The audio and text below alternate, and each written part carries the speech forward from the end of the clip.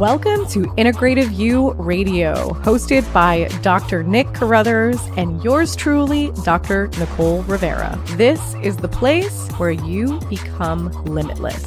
We are covering the latest and greatest topics, of course, in a disruptive fashion around integrative medicine, mental health, and human behavior. We are also covering how those topics affect the human and family dynamics. We will be sprinkling in some truth bombs for our healthpreneurs so they can join us in our mission to evolve healthcare. If you are health curious and growth focused, you are in the right place. But buckle up, because this is real, this is raw, and this is disruptive. This is Integrative You Radio.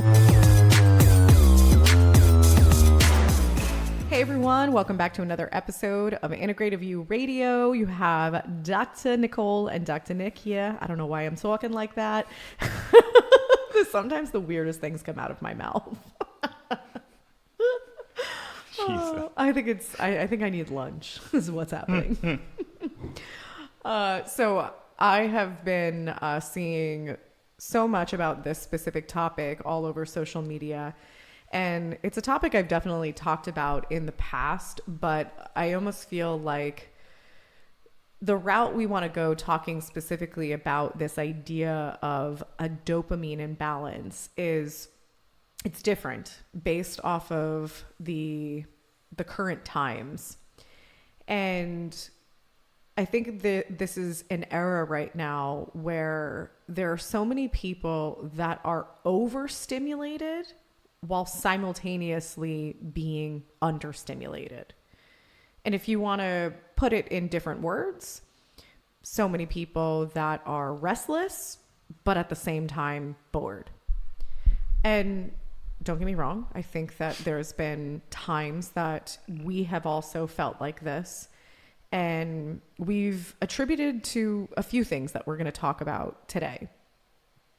But I want to take a step back really quick and just talk a little bit more about the foundation here. So people might be like, what is dopamine? What are you talking about? So most of us are very familiar with the neurotransmitter serotonin, and serotonin is one of our primary feel-good hormones. But I think less talked about until now is dopamine. And dopamine is a neurotransmitter that does play a role in feeling good, but it also plays a very big role in motivation, which obviously leads to productivity. But there is a big misconception around this idea of motivation to inspiration. And so what we find is that most people are doing things to try to be motivated because they're not inspired. And if you've listened to podcasts before, one of the primary ways to be inspired is to know more about yourself, to know what you truly value and what are the things that are going to allow you to live each day feeling energized and fulfilled and satisfied. And usually we feel energized and satisfied when we're doing things that we like, that are in our value system. But most of us are getting stuck in the wheel of doing everything that we have to do. And there's maybe a 90 to 10. So 90% is of our day, of our week, of our month is all the shit we have to do. And 10% is what we want to do. And some people that might be even more imbalanced. Yeah, another easy way to think about it, or at least I always think about it, is with food, because I love food, is that, when you reward yourself with that piece of chocolate cake or pie or gelato ice cream, whatever, like it gives you that dopamine boost because it's dopamine's connected. It feels good, but it's connected to that reward center.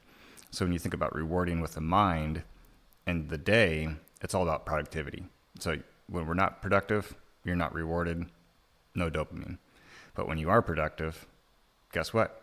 You feel good. There's that reward because you were productive, you accomplished a lot, and that accomplishment actually served you. So when you think about productivity, productivity is connected with the hierarchy of your values. The highest productive action you can take is connected with what's most important to you, your number one highest value. the lowest productive action you can take is going to be connected with the lowest value. And there's roughly 2,300 combinations of different values you can have. So it's really about, step one, taking the time to figure out what's that hierarchy of values for you, get crystal clear on those top three, and then connect everything to serve those top three. Because then you don't need to really care about the dessert. You don't need to reward yourself externally, like Nicole was talking about. You can reward yourself internally by being the person doing the things and then having that end result from you inside, not having to look for it externally. And I think another way to explain this, because I know that we have a lot of entrepreneurs that listen to our podcast, and there's this idea of zone of genius. And I'm totally blanking on the author of the book, but this is also when you are in your zone of genius, and going back to this idea of like productivity, getting things done, there are certain days that you end your day and you're like, damn, I crushed it. Like, you're really proud of yourself. You feel really lit up. You feel really energized. And then there are other days where you're doing things that are out of your zone of genius, more low productive. And you're just like, you're not just drained at the end of the day, you're drained throughout the duration of the day. And it's very funny because, for myself as an example. And that's when you want the wine and chocolate. Yes. Well, we're going to get there. For me, I used to work 15 hours a day, and I was teaching, educating, mentoring, and I was doing a lot of investigative work as well because of the nature of what we do in integrative medicine. And all of those things are in my zone of genius. They light me up. They energize me. There's many people that wouldn't be energized by this, but I could easily work very long hours and feel totally fine at the end of the day. But as soon as you want me to work on some type of digital marketing, write a blog, this or that, I'm like, no. I always told my team, I'm like, please do not ask me to write anything. Not that I'm a bad writer, I just don't like it. I rather produce a video where I can feel like I'm connecting with someone through my body language, through the tone of my voice, hence why we've had a podcast for so many years. And so everyone is different with the things that are going to allow them to feel really productive. But when we live in a place that we're constantly doing things that are in those lower productive actions or not in our zone of genius, and some of us have jobs that literally put us in that place all day of low productive actions. We don't feel like we're making a difference. We don't feel stimulated. We don't feel any of that. We don't feel challenged. At the end of the day, middle of the day, you're looking for the dopamine fix. And what's most accessible, especially in our work days, are things that Dr. Nick mentioned. You can go grab your chocolate latte, frappuccino with your little sugar boost or your chocolate boost. You can run to the vending machine and get something with high amount of salt or high amount of sugar. Then you can end your day, go for the glass of wine, go for a tequila cocktail. And all of those things are acting as dopamine boosts. But the problem is that there's a root cause to why those things are palliating, why you're looking for them. And so this is a huge driver of addiction as well. But this isn't just about food. And that's really what kind of brings us to the deeper layers of this podcast. Is it's also about consumerism. It's about entertainment. It's about social media browsing. Like it's about all of these things that we're using to distract us from the fact that we are not in that zone of genius. We're not doing things that make us feel accomplished, and we're distracting ourselves. And we're going from this, we're understimulated because we're not getting these challenges. We don't feel like we're using our brains or our skill sets to our maximum capacity. But then we're overstimulated by constantly being on these digital products or online shopping for 2 hours at night or going out and about with friends so that we can feel more normal because our day sucked. It all comes back to the balance. The under and over was pretty awesome. I never heard it like that specifically, because it's like if you're understimulated internally, you're going to have to overstimulate yourself externally. And that's the externally is, what people call the addictions, whether you're addicted to food or you're addicted to porn or you're addicted to alcohol or whatever your addiction is, it has nothing to do with that. It has nothing to do with the alcohol, the porn, the food, the whatever. It's because inside your body isn't functioning, and it can't function right because the biochemistry is the low dopamine is just a reflection of how you're spending your day, and how you're spending your day is a reflection of the choices that you're making from the quality of the thoughts you have. So you have to go back and say, oh, this addiction, this dopamine issue, this problem is a thought problem. It's nothing else. So you have to go back and balance the thoughts out. You have to have the awareness to say, my day's in low productive action. There's nothing that's going to change until I get clarity on what's a high productive action, and then how can I rearrange my schedule, my day, my time, my space to be able to be in alignment with that. I think we're talking very specifically right now about adults, but the same exact thing applies to the tablet, iPad addiction in kids. We've seen this with our own child. He's going to be 3 next month. And there are times that Q is acting buck wild. And it's because he's understimulated and overstimulated. So if he sits with the nanny, and for some reason the nanny, even against our wishes, is the TV's on for most of the day. So he's overstimulated from the TV and the blue light and everything else. But at the end of the day, he's really understimulated because he's a really, really smart little kid. So we've found that when we're with him, that when he's acting a little wild, we go and get something that's going to challenge his brain. If, like, a lot of times we make dough and we get him and he starts rolling the dough, and we give him these little things to cut shapes into the dough, and he's totally fine. And it's because now he's using his hands. He's very tactile, our child specifically. A lot of little boys are. So by giving him something that he gets to use his brain, he gets to use his body, he gets to use his tactile touch. Now he's stimulated in a positive way, and he's not asking for TV. He's not asking for a snack. He's not asking for any of that. So we really need to think about this, because this is happening in all different age groups. And I know that there's a lot of parents that are so frustrated with the fact that their kid always wants a freaking tablet. We're walking around Sorrento. I don't know if you heard this, but we were walking by, and this kid, he was probably 7 or 8. And he goes, "Mom, I'm bored." And she's like, "I know, honey, you're always bored. The only time you're not bored is when you have a tablet. I know, honey, come on, let's keep walking."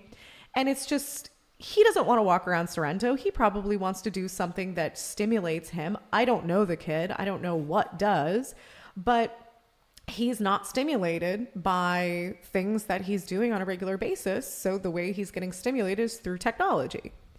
So it's like, what if his parents took the time to really understand what was a challenge for him? What is some type of activity, if it's a mental activity, a physical activity, that he would be more challenged by, that would stimulate him in a positive way? An inspiring challenge. Exactly. Yep. And so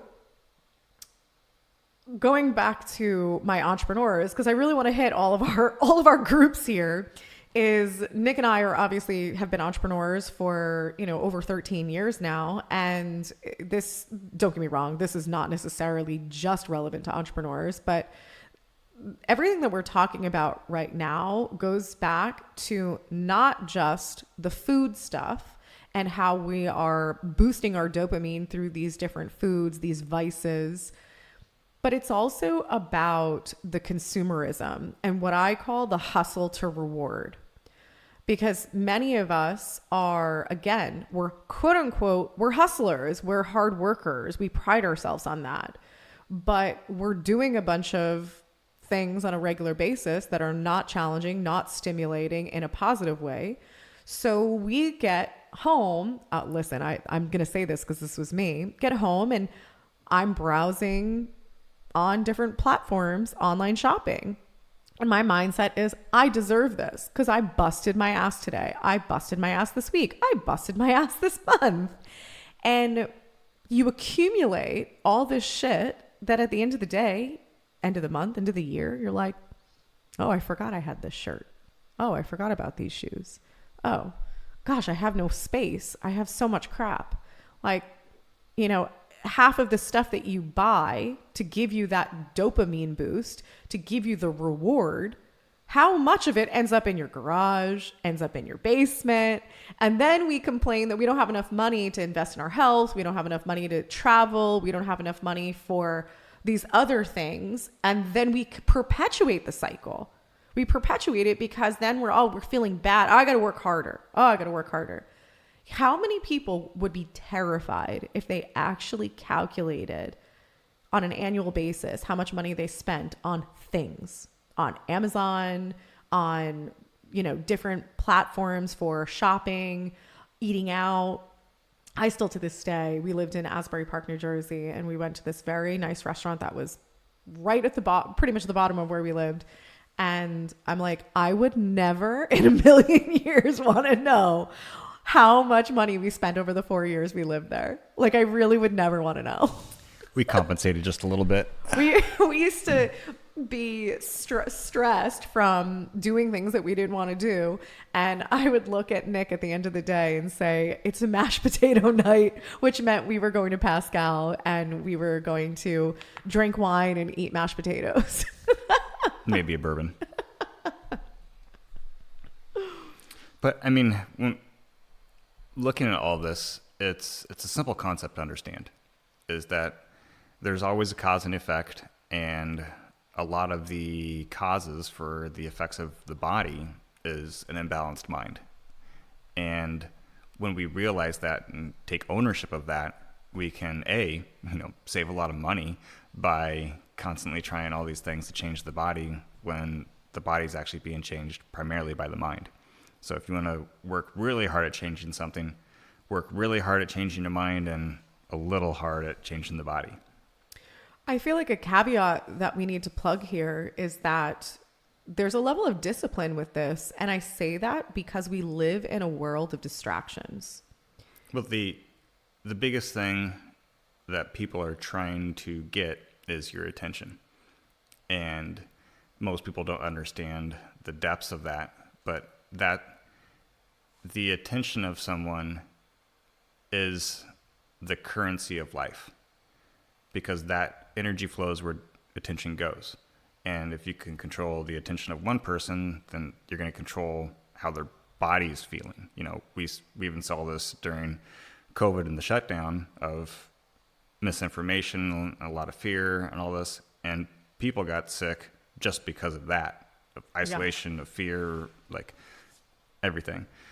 But then you take, if you're directing everybody's thought process in a specific community or state or country, and that's pretty easy to do because every country has their own pretty much private system of the news and their information and, what's being streamed, and they have their algorithms for the internet of what's being showed and what's not being showed and what's being censored, etc.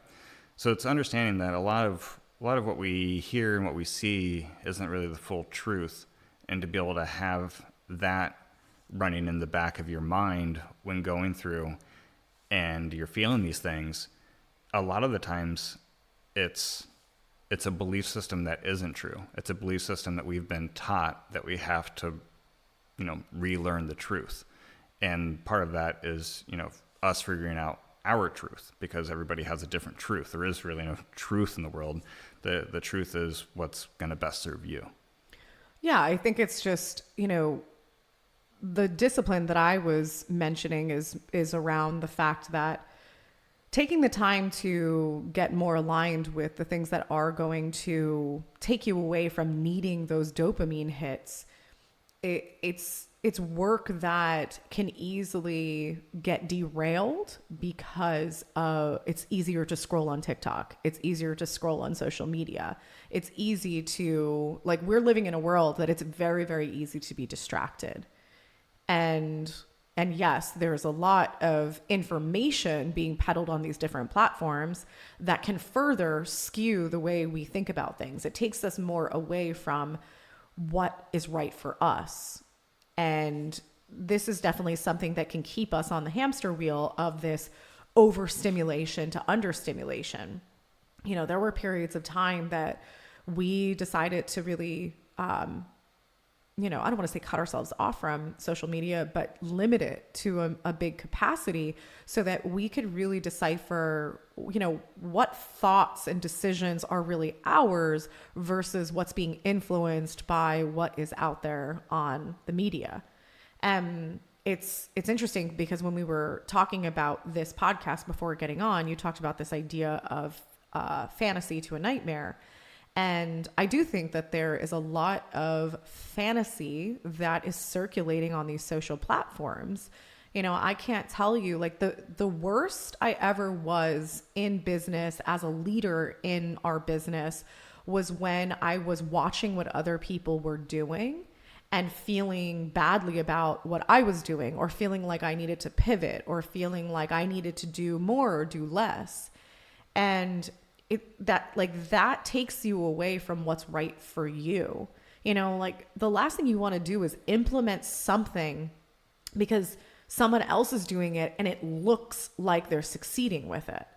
And that's one of my frustrations with social right now is sometimes I go on there and there's some really cool stuff that I see, but right now, like, there's so much, I'm in the algorithm clearly, but it's like, if in business, if you're not doing this on your Instagram, if you don't have these settings on, if you don't do this on TikTok, if you don't have your website do that, if you don't have a proper working funnel, you're an idiot. Like, and it's just so fucking overwhelming. And at the end of the day, like, that is so blanketed. Like, how is that? We talked about this the other day. We were quoted like $50,000 for someone to do a funnel for us.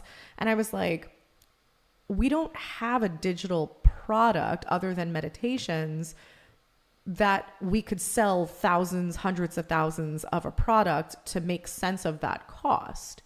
So we primarily work one-on-one with clients doing integrative medicine and business coaching, and we run retreats. Both of those are capped at a certain amount of people, a certain amount of members.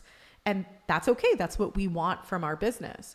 So it would make zero rational sense to make a very large investment in a funnel. And so people need to start to, like, weed through the bullshit and understand that there's only certain things that apply to you. There's only certain things that align to you, because we can go down this rabbit hole of further perpetuating the need for these dopamine hits when we think we're not enough, we're not doing enough. And again, it's because we're not taking the time to get that clarity on what makes the most sense for me, what makes the most sense for my family, what makes the most sense for my kids, what makes the most sense for my business, what makes the most sense for my career. And I'd say, to end specifically on the dopamine with serotonin, is the feel good. When we are trying to get a short-term feel good, you're going to be highly volatile. You're going to have a lot of ups and a lot of downs, and you're going to waste a lot of energy. And that's when, you know, things start falling apart, both around you and inside of you. So the goal is always to get into that homeostatic state, the balance center, and be more focused on the vision. And this is one thing we haven't talked tons about. We talk a lot about values, but equally important is a clear vision.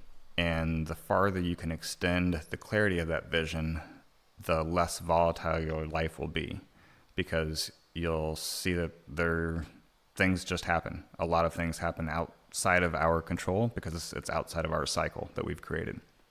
And when it's outside of our cycle, it's a larger macro cycle that we can intelligently see, pick apart, understand it, and then use it for us. So right now, there's a lot of change happening around the world. one of those changes we can easily see is the financial system. And when we can pick that apart and really understand what's happening, we don't have to be scared about it. We can use that to serve ourselves. So it's just understanding whatever's happening around us, it's happening for a reason. Whether you can control it or not doesn't honestly matter, because you have the tools to be able to figure out what's going on, how can I use this to serve me, let's take action. As long as that action is in alignment with top values and the vision, you're going to be good. Well, that's why our major focus actually when we do our experiences in Italy is we take people through a true in-depth understanding of their values and the first iteration of their vision. Because that's the two things that we feel like transform people to start stepping into their 2.0 life.